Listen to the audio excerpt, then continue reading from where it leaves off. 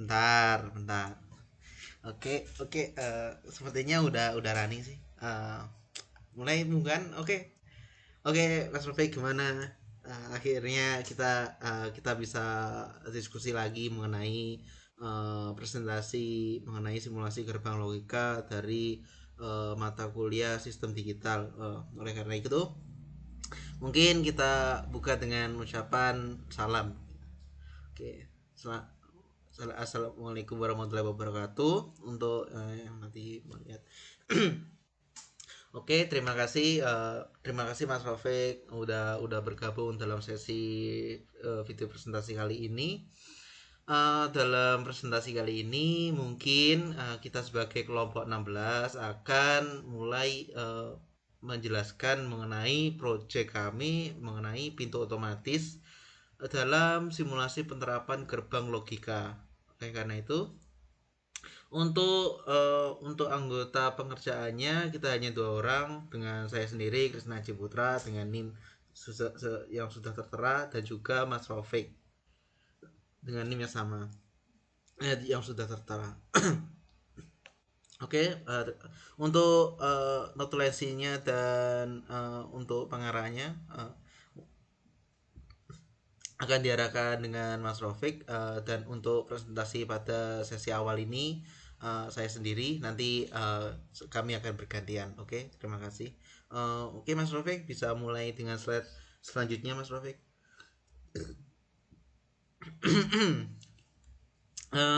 Dalam konsep gerbang logi sesuai dengan proposal yang telah kita buat sebelumnya, bertujuan untuk merancang dan mengimplementasikan miniatur pintu geser otomatis yang efisien serta inovatif dalam mendukung kemajuan teknologi. Nah, khususnya untuk mempermudah kegiatan manusia pada lingkungan yang mobilitasnya cukup tinggi seperti gedung perkantoran, ruko atau pusat perbelanjaan atau misalnya seperti mall juga. Nah, dalam perancangan kali ini kami menggunakan beberapa komponen yaitu berupa Arduino dengan komponen utamanya sebagai microcontrollernya. Nah, untuk sensornya kami menggunakan passive infrared PIR. Nah, nanti untuk gerakannya ada motor DC dan juga switch atau driver relay untuk penerusannya uh, digunakan. Nah, fungsi utama dari penggunaan gerbang logika ini selain untuk mempermudah mobilitas pengguna juga untuk keamanan dan juga terintegrasi dengan sistem-sistem yang lain agar uh, dapat menyimpulkan data analisa dari behavior atau pola pola pengguna, pola user. Misalnya user di perkantoran, mall dan lain-lain, data tersebut bisa kita gunakan untuk analisa ke depannya. Misal untuk analisa uh, user apa namanya? Untuk misalnya untuk uh, mengukur forecast nanti ke depannya misalnya untuk penerapannya di mall atau lain-lain. Oke. Untuk abstraknya seperti itu, tapi saya coba menjelaskan dengan cukup ringkas kali ini. Oke, Mas Rafiq selanjutnya. Oke, terima kasih Mas Rafiq.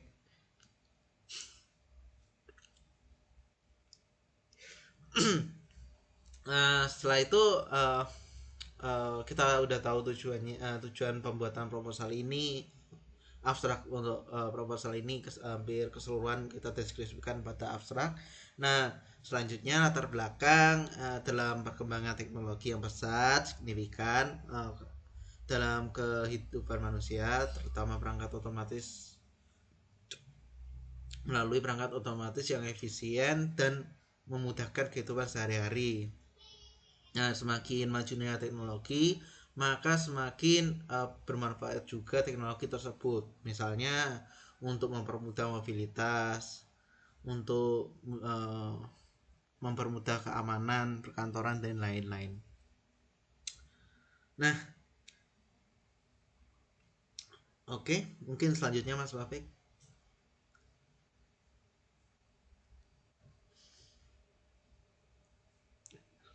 untuk rumusan masalah, kita untuk sebenarnya untuk lebih detailnya nanti bisa lihat di makalah yang kita telah buat sebelumnya. Namun untuk mempersingkat waktu, kami udah merangkum beberapa aspek rumusan masalah yang ada. Pertama,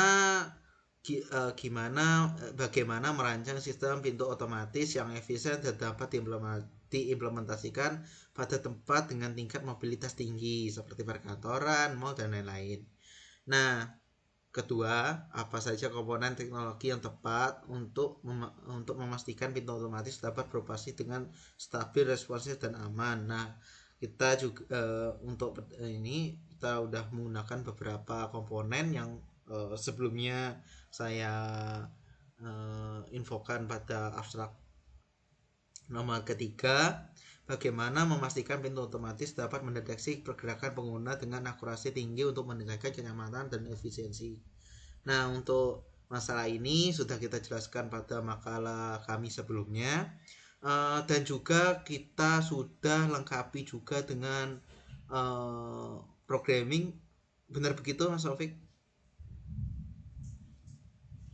Nanti mungkin kita bisa include dengan dengan kita kompres RAR, jadi ada file konfigurasi Arduino-nya untuk pengaturan implementasi dan kebutuhan-kebutuhan yang lainnya. Nomor keempat, apa saja tantangan yang dihadapi dalam pengembangan dan implementasi sistem otomatis serta bagaimana solusi terbaik untuk mengatasinya. Nah, untuk masalah masalah untuk masalah sebenarnya mungkin dari kami kekurangan waktu ya, Mas Rofik. Eh, dari kekurangan waktu karena kesibukan kami masing-masing yang bekerja.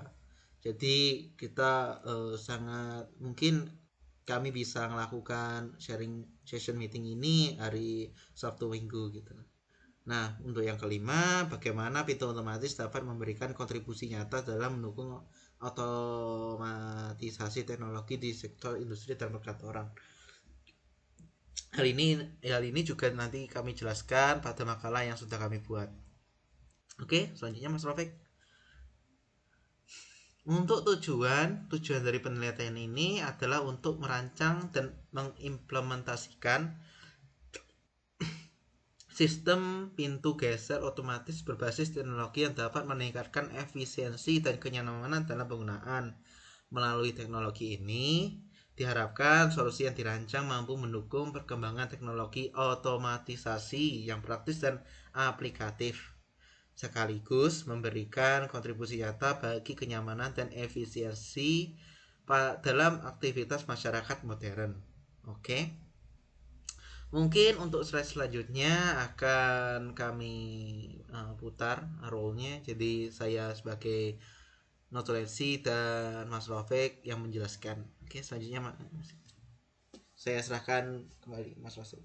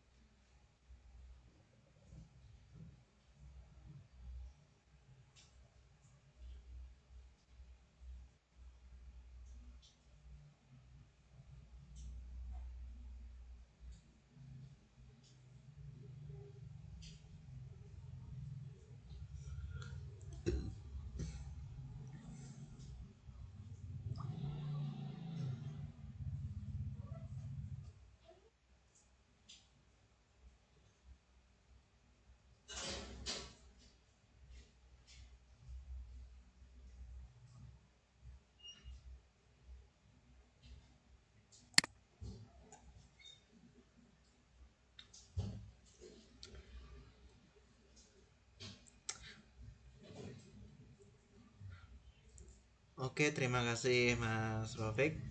Mungkin penjelasan dari kami cukup sekian. Mungkin saya coba tambahkan beberapa mengenai kesimpulan dari kami ya. Uh, Sesuai dengan yang kami simpulkan yang sudah kita tulis, sebenarnya uh, yang kita dapat simpulkan dari project pada project kali ini pada sistem digital itu sebenarnya pemanfaatan teknologi penerapan pintu digital ini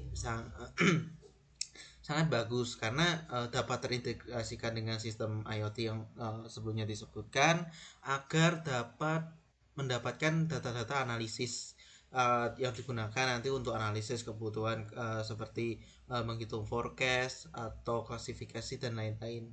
Nah, fungsinya untuk forecast dan klasifikasi itu sebenarnya dalam artian kita bisa analisis lah ke depannya bisnis yang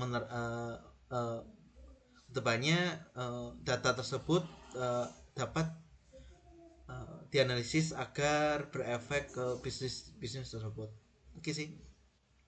Mungkin cukup sekian kalau misalnya kalau dari saya tidak ada kurangnya dari Mas Rafiq nggak ada kurangnya. Mungkin pertemuan kali ini bisa kita tutup. Gimana Mas Rafiq? Oke, terima kasih Mas Rafiq. Mungkin oke, mungkin saya mulai tutup. Oke, terima kasih.